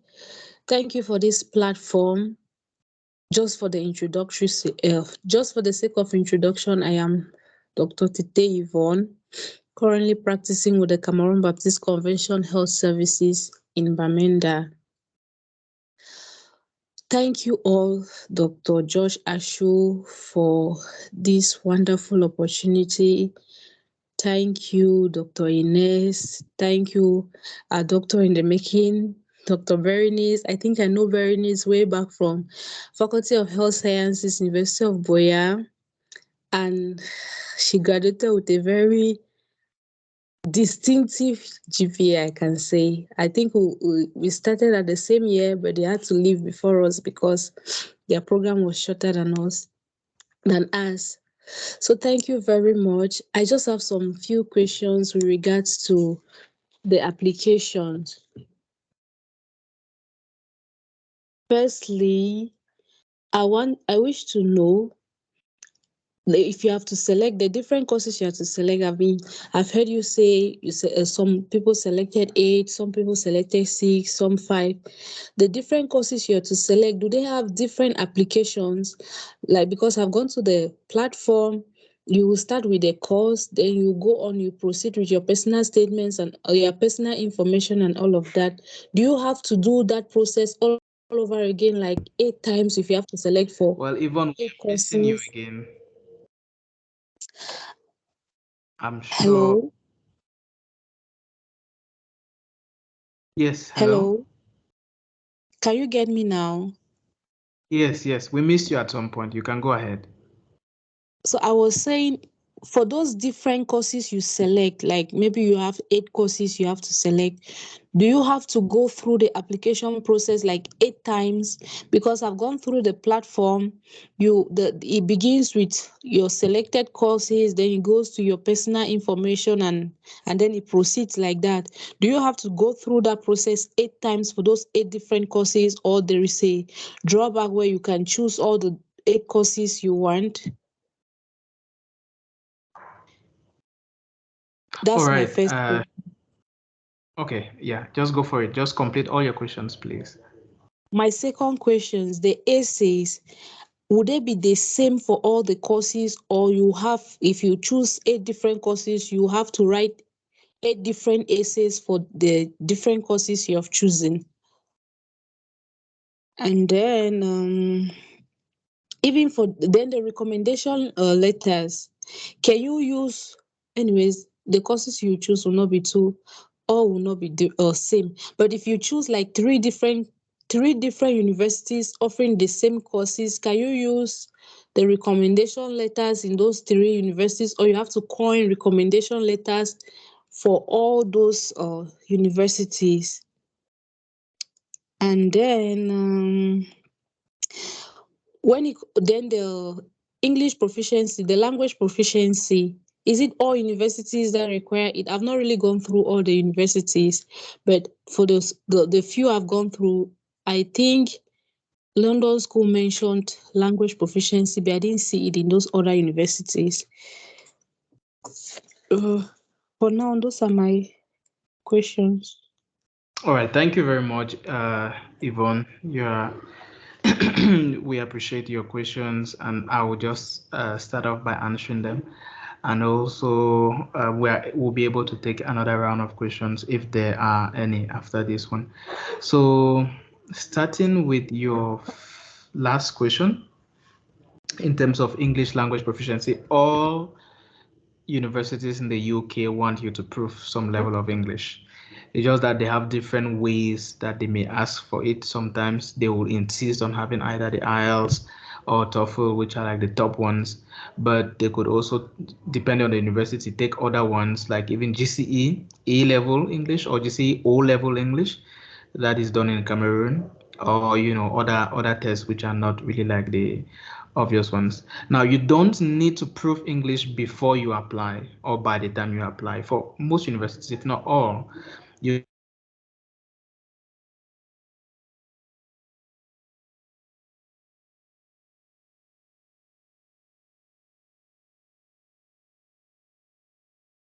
can apply with okay, did I break? Anyway, Yes, please. yeah, At you one have to point you break. sorry, you have to prove English at some point anyway. So just bear in mind that you select your universities, go to the universities, check their English language needs, see the ones that you can provide now. If not, I will advise that you should take a general exam, if possible, like the IELTS, that is, accepted widely, even the TOEFL, accepted globally. If you have that exam, then you are good to go for any university. Now, those universities also have their minimum language requirements per university and per rubric. Please, can you hear me or I'm breaking still? I can get you clearly. I hear We can you. hear We you can now. hear you. Yeah. Yeah, so you want to check like the details of what, because the university like University of Oxford, if you don't have maybe 7.5, you cannot go to Oxford. The universities with 7.5 as their minimum or 9 for the IELTS. So you want to check, university per university, and also be sure that you are able to meet those requirements, so that is not an issue for you at the end of the day. The letters of recommendation, again, like I said, each university is not considering that you are applying to other universities. They are just receiving your letter of recommendation and your application as if that's the only one that they are receiving from you. So you have to make sure that they don't feel that you are generic, you are overly generic. Indeed, you can, have recommendations that letters that state something like to whom it may concern, to the admission office, of your university, something that is generic. But imagine that you're applying to a public health course on one side, and on that side, you're applying to public health nutrition. The person, they want to feel that you're talking to them. Just have that in mind. They want to feel that you're talking to them. So if you have maybe three public health schools, it can make sense that you have something generic if the schools are in the same kind of light. But again, ideally, you may want to be very specific, school per school. They would prefer that, obviously. Now, your question about um, 8 courses, you have to come back and do it 8 times. The answer is yes. So when you start maybe MSc Global Health in this school, you start that from the beginning to the end. You now start a new one. You select a new one from beginning up to all the aces. So you do it 8 times in the platform, 8 times in the university. So if you have 8 courses, you have 16 applications to write. I've seen people who have applied, I've heard of people who have applied for 25 courses. So 50 applications. Those kind of people were like, if I die, I die. So in that case, you have to give yourself the time, you have to give yourself everything that it takes, but it's definitely tedious and you have to do it, as long as many times as you are applying for. And also in the number of essays, again, universities are receiving applications as if you're applying only to them. You cannot just say, okay, my public health essays are like this. It's true that it will make sense, but try to be specific. Let the universities find that your essays are specific. We'll talk about essays next week. I will not dwell on it a lot, but just to give you that highlight. And before I give the floor to Ines, then to Berenice, for the other questions, I would like to say that in terms of course selection, make sure you are not applying only to public health courses, please, please. Because just in our mentorship group, like 90% are choosing public health, public health, public health, public health. Just imagine the competition that is there for Cameroonians. And globally it will be worse. So I think that you stand better chances if you are. It's definitely competitive if you are going in for public health. That's why I said that you should have a good mix. I know of a lady who was maybe going in for genomics. There are some courses that if they don't really annoy you, you can still go for them if you may want to touch it. At the University of Birmingham, where I was on the reserve list, there was another Cameroonian. He was selected. I wasn't selected because I was public health, but he was doing clinical oncology. He's a medical doctor. So those are rare things that many people don't go for. And I don't know whether he had real intentions about that, but it gave him chances of, getting the scholarship more than a generic public health. So you may also want to just diversify, like I said, organize your courses and say, okay, these three, there may be public health in this university. I'm strategic. I'm not only choosing universities where I'm not competitive for, I'm choosing universities that I'm competitive for as well. I'm not only choosing courses that I'm not competitive for, I'm choosing courses also where I can easily shine and stand out. Okay, I'll leave the mic now to Ines. Then Ines, Berenice, you just take over. Okay. Hello again. I'm going to answer Theo's question. As far as I'm concerned, with this scholarship journey, my background, as I said, was medicine. I studied medicine my three first years were in Senegal, and I came to Cameroon. I wrote the national examination entrance in the fourth year. That's how I joined the Cameroonian cohort. I've been always passionate about having excellent grades in school. So I think it dates back to, even since primary school. I used to give the best I could in order to achieve well. So because you asked the question about academic excellence, how did I think it's more about the grades. That's for the academic side. In my own case, my grades they were high, especially for the thesis, because the ones they consider much, I think, for the application is your most recent qualification. So for my MG, I got I think my GPA was 4. No, when I'm calculating it, it was 4 because of the grade I got after my thesis. I got 92%. So I think it might be linked to that. Now, concerning the leadership experience, it's true that I finished my medicine studies and I directly applied for the Commonwealth scholarship, but I was already working during my seventh year in a research project. I was a research assistant in a research project. I was also an executive assistant in an NGO. I don't know if you've heard about Medical Mind. I was working there. And also I had other volunteering experiences. So it was all of those experiences that that I used to design my application. And I also want to insist on the fact that it's important to tell your story well. You might have the greatest experiences, but if you don't show them how you are the candidates they are looking for, they will not select you. So take your time, prepare, start early, prepare, watch as much as possible YouTube videos, listen to previous scholars' stories, ask them questions, reach out to them, and ask how you can best design your application and try to tailor your application based on what they want. And anytime maybe you go through the CSC, the Commonwealth website or the university website, as Dr. Ashut said, try to see what they expect from their candidates. And when you're writing, even through your personal statements, your essays, they need to feel that you are the candidates that they want. You need to align with that. And also stay coherent. It's true that you might have many different experiences that are divergent, but choose one path and stick to it. You might have many different experiences that are not even linked, but try to make your story based on one specific thing and stay coherent with it.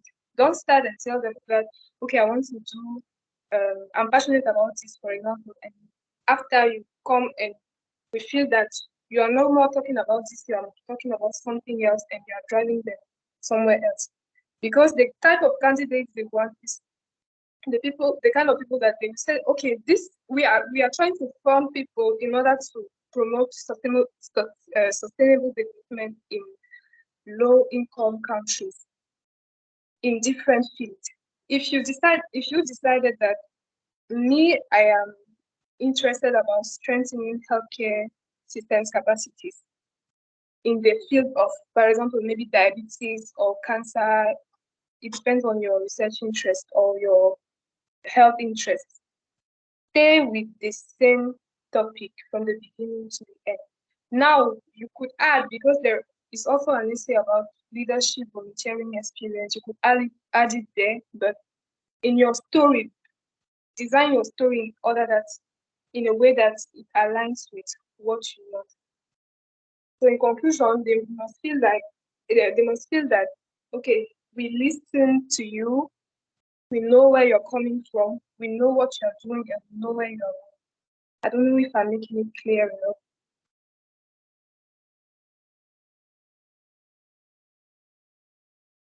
Hello? Thank you very much, Dr. Ines. I'm very grateful.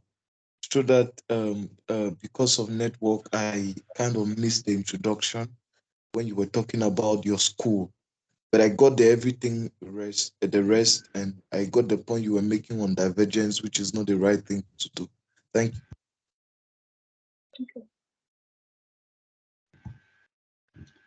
Okay, thank you so much, Ness.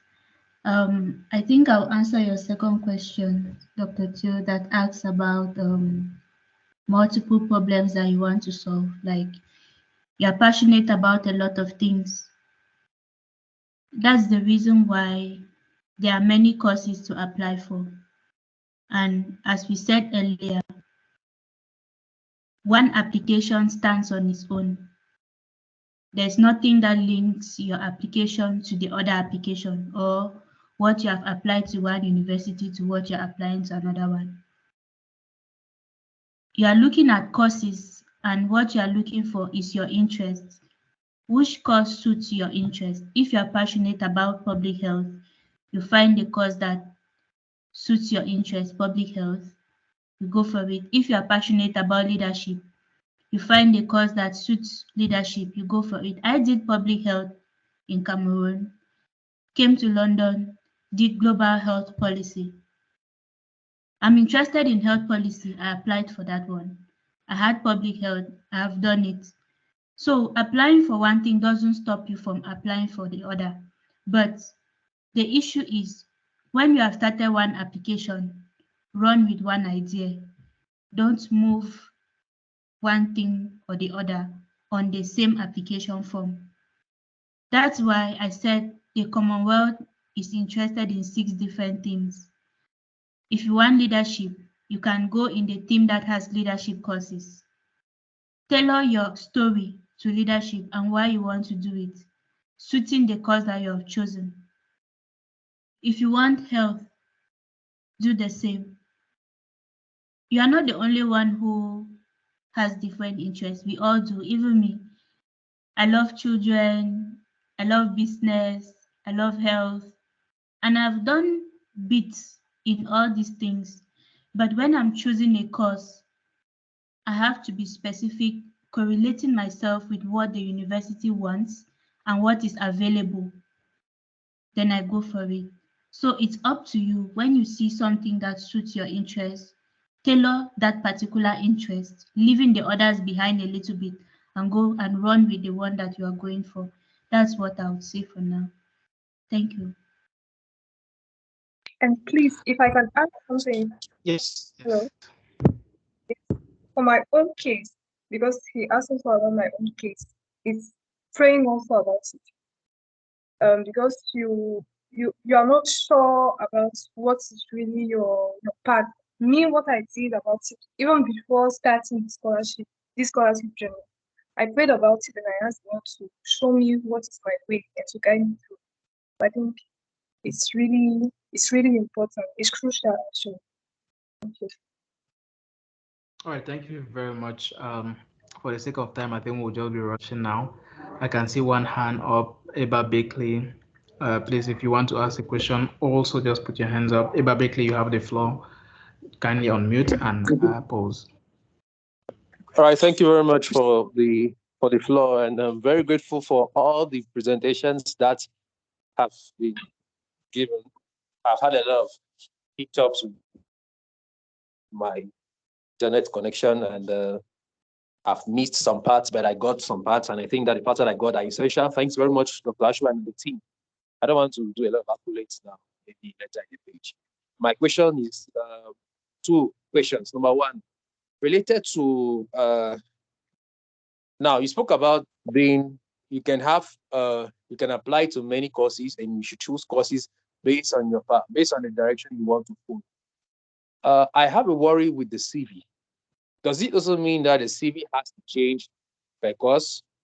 And it's not very easy to sometimes, for example, you could see a course, masters in diabetes and whatever, and then you see another course, masters in health policy or something, and then you see another course, and those are all things that you want to do.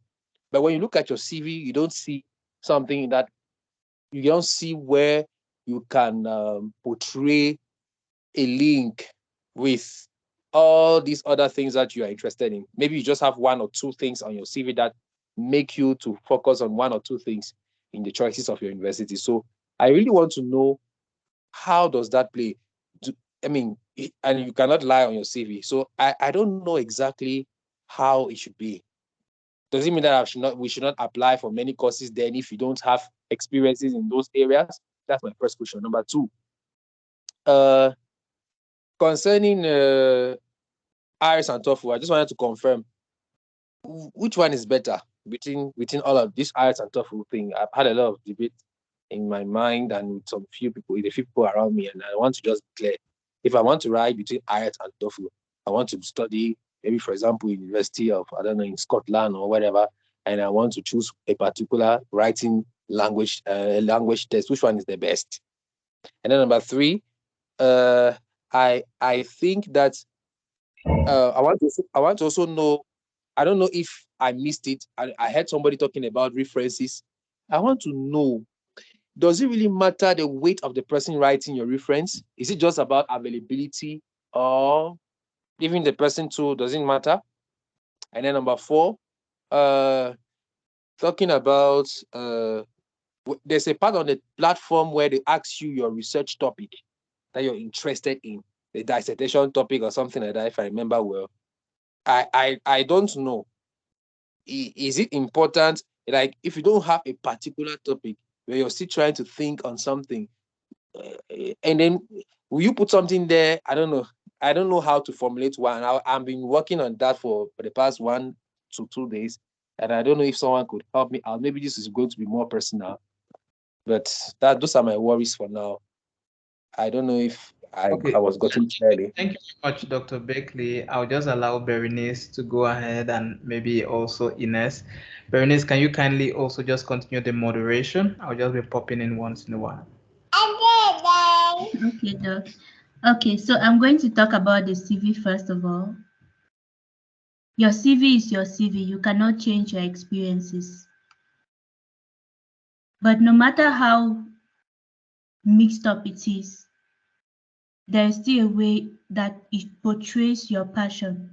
There is still a way it portrays your experiences because the story you are telling is birthed from somewhere, which is what you have been working on, what you have been doing, what you have experienced, and all those things are on your CV.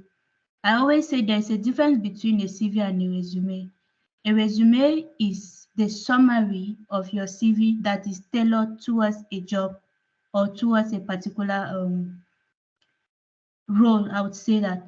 But your CV is more extensive, sorry. It tells what you have been doing. It carries your job experience, your profile, information about you, awards that you have gotten, scholarships you have gotten, your languages, your hobbies, certifications you have done, your education. It just carries all that information.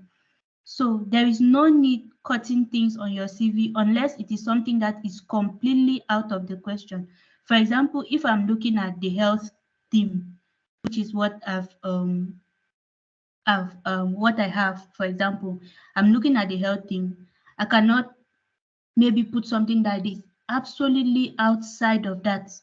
But anything that has to do with my leadership experiences, let's say I led in an outreach or a community engagement, or even if it was a humanitarian organization that has nothing to do with health, it should be in my CV.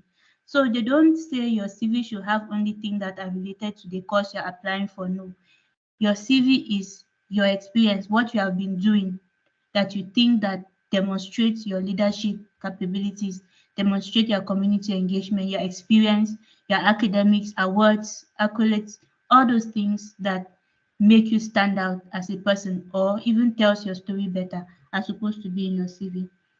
Now, talking about dissertation topic. Dissertation topic stems from a burden in your heart again, I would say. For example, I'll say my own case. When I was working in Yaoundé as research officer for a research organization, one of the projects that we conducted was looking at nutrition amongst children, and they were evaluating and monitoring a particular program that had to deal with undernutrition for children. So going to do health policy, I checked on the school's website and I noticed that one of the courses offered was evaluation of health interventions in low and middle income countries. So I told myself, okay, I've worked in this organization that looked at this project. And one of the questions that was running through my mind was, how are we even sure that this intervention that was conducted was effective for curbing malnutrition amongst children?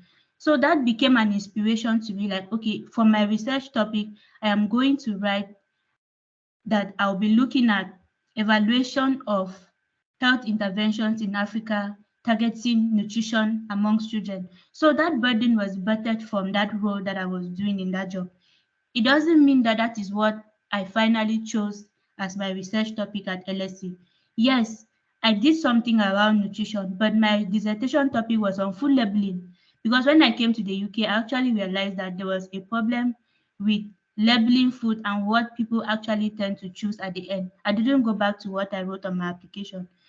Just write something that ties with your burden, your interests at that point. When you want to do your dissertation in the school, they will not ask you that what was on your application. It's not like you're lying. It's actually a burden that was there. But I cannot be looking at Africa when I've seen the problem here and then Africa is not feasible at the moment and I want to go back there.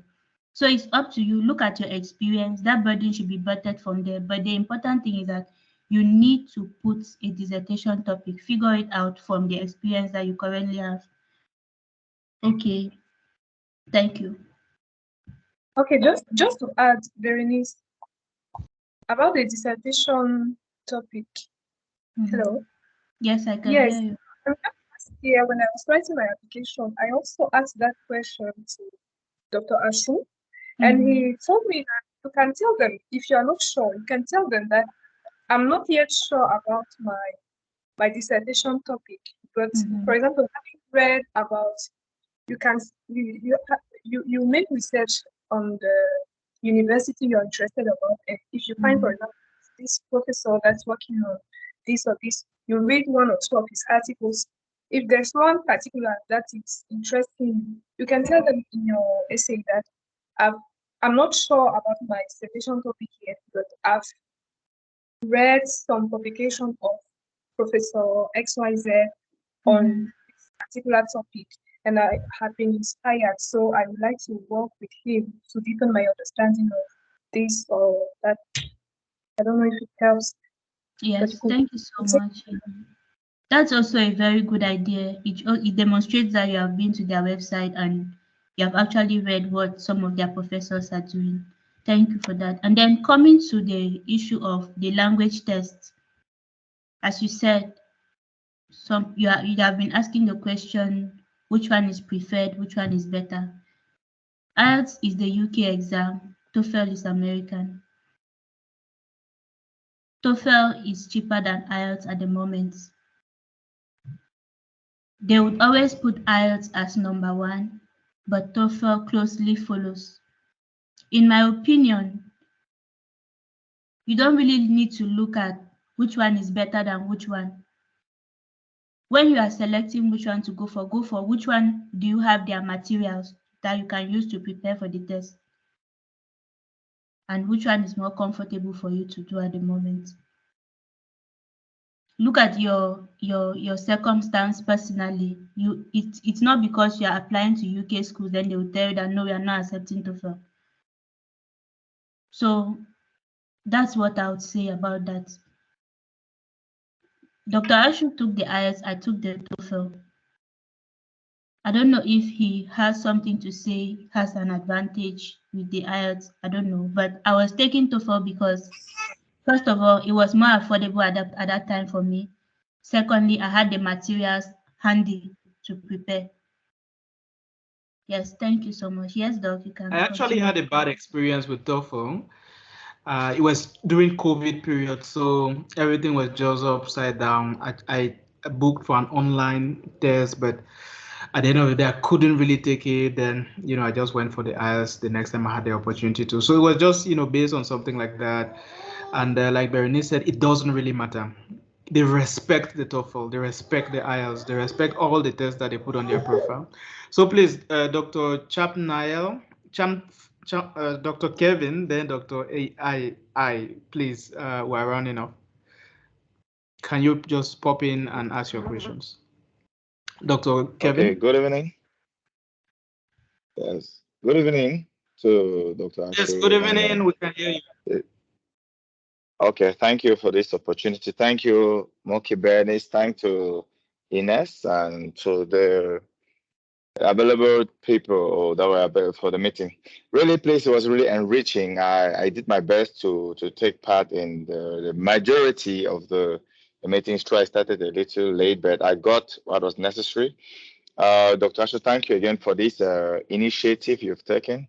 My question, I don't really know what I'll call it a question. I think the question that have been asked circles around what I wanted to know equally. But now I would like to maybe some sort of advice or how to go about it. My reality is I work in a rural community, and at some point in time or now, for example, I get to cover my service as the main I don't know how to call it, the doctor in my field here. So at times it's really challenging for me. I don't know if you guys are getting me well. Hello. Yes, you are clear. You're clear. We can hear Okay. you. All right. Okay. Thank you. So I might like to have some tips, I don't know, or some advice.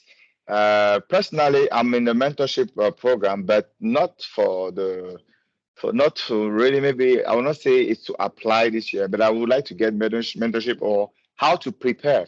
Because at times I will try, I'm among of those applicants that you start up due to one or two things, you are held up and you don't have time. Dr. Ashu mentioned time. I think Berenice equally mentioned that about you need to give yourself some time. Now, my reality is here in this place.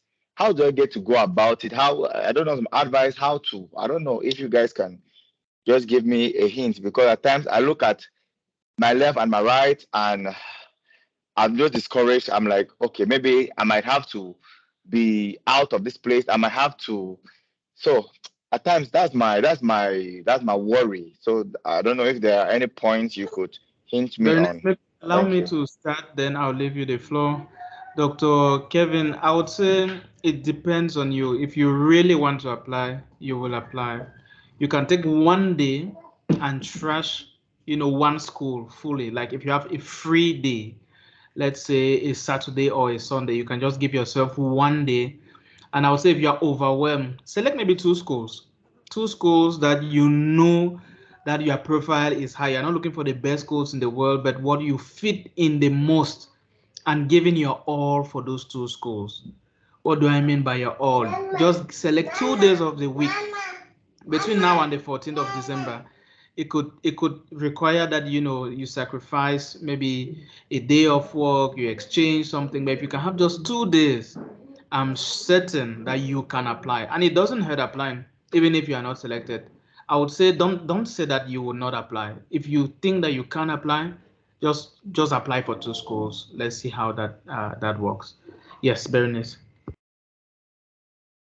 Okay, Doc, thank you so much. Yes, that was what I was exactly about to say about the sacrifice that it takes to apply.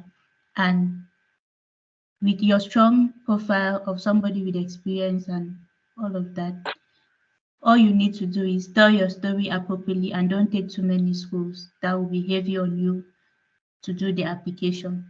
So it goes without saying that the scholarship is absolutely rewarding. Some people start and don't finish because of lack of motivation. One thing that motivated me, I will not lie to you, was the stipend.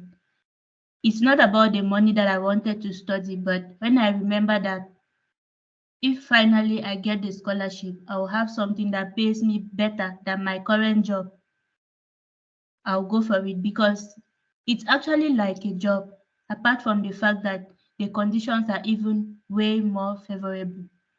So you don't only apply like it is a burden to you, apply looking at the future reward as well. It is worth sacrificing some hours of sleep. It is worth taking a weekend off and committing yourself to it. It's even more rewarding to know that you actually started something and you completed it. Because the feeling of I started but I didn't complete, it discourages you from a lot of things. It makes you sometimes feel like I always start things and I don't finish. But when you start and complete, you commit to something and drive it to the end, is absolutely rewarding. So apart from all those physical motivations, do it for yourself as well and what you want to achieve. Besides, if you get the certification that you're striving or applying to get, you'll find something better. You might be looking at your present responsibility. It is important, it is saving life, it is helping, but you also stand a chance of helping even better in the future, of serving even more people in the future if you develop yourself as well. So don't look at your current responsibility as if it is the end. There is a possibility for you to go where better than you are now. This is the opportunity that has been given to you. You can do it. Just put in the necessary efforts and you can have it. Thank you so much. Yes, and to add to Well, that, thank you. hello. Yes, exactly what Berenice just said. And if I can add something concerning my own experience, when I was after my graduation, I worked for 1 year in clinic in Yaoundé. And when I was preparing my application for the scholarship, I was still working. And what I did is sometimes I took my laptop and I was working on my application. Maybe during break, anytime I had some time, I really dedicated much time to it. And when you come back, you can try also to dedicate intentionally time to your application. And trust me, it will not be easy. For me, it took me many sleepless nights. So, but tell yourself that it will be worth it. So, all the best.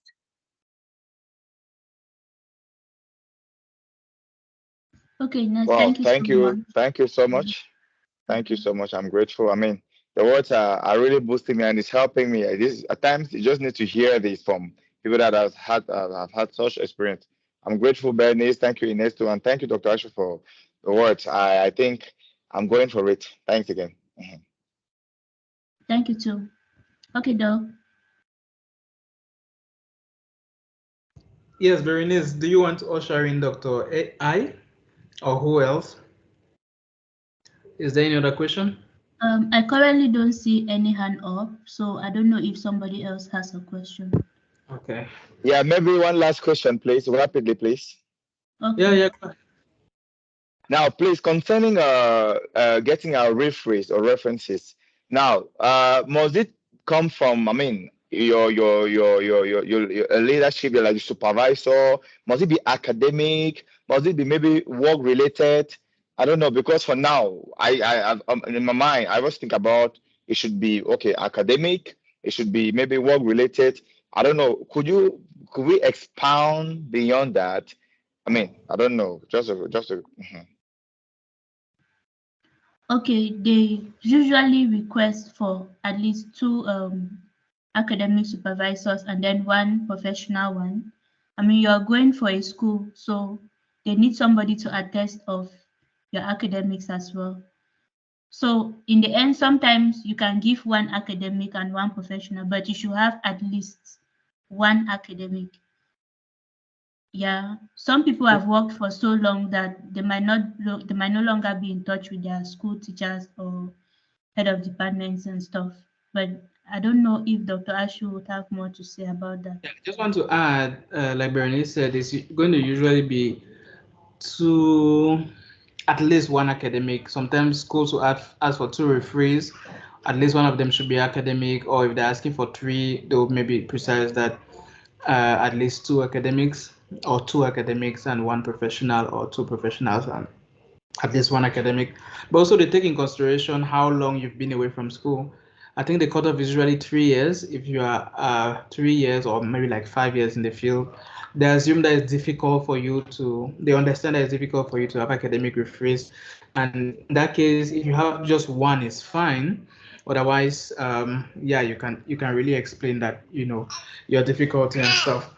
But also, you particularly, Dr. Kevin, you are within a research milieu. So when we talk about academic referees, it also stands like if there are researchers, an academic research referee can be a postdoc, can be a lecturer, a junior lecturer. It must not really be, your supervisor and stuff like that. It can just be a lecturer in your university that you attended. Anyone who can talk about you in a strong way. So I would say in your case particularly, I think you don't have a big team. Yeah, Kan Asobo, do you have a question? I can see your hand raised. Yeah, good evening. I wish to appreciate all of us for the brilliant presentation.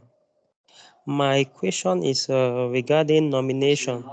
When you are nominated by the school, um, how do you know that you've been nominated? Or secondly, do you have to write the school to tell them that you wish to be considered for the scholarship? Like, because there are some schools that when you like indicate that you are applying for the Commonwealth Share Scholarship, you have to write a separate essay. But other schools, you will not write a separate essay. So how does a school get to know that they have to nominate you?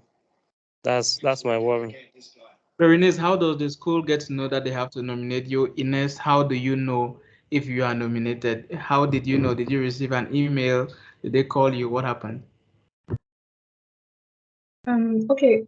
For the application process, you apply to the Commonwealth through the Commonwealth portal for each single school. Then you apply separately to each university.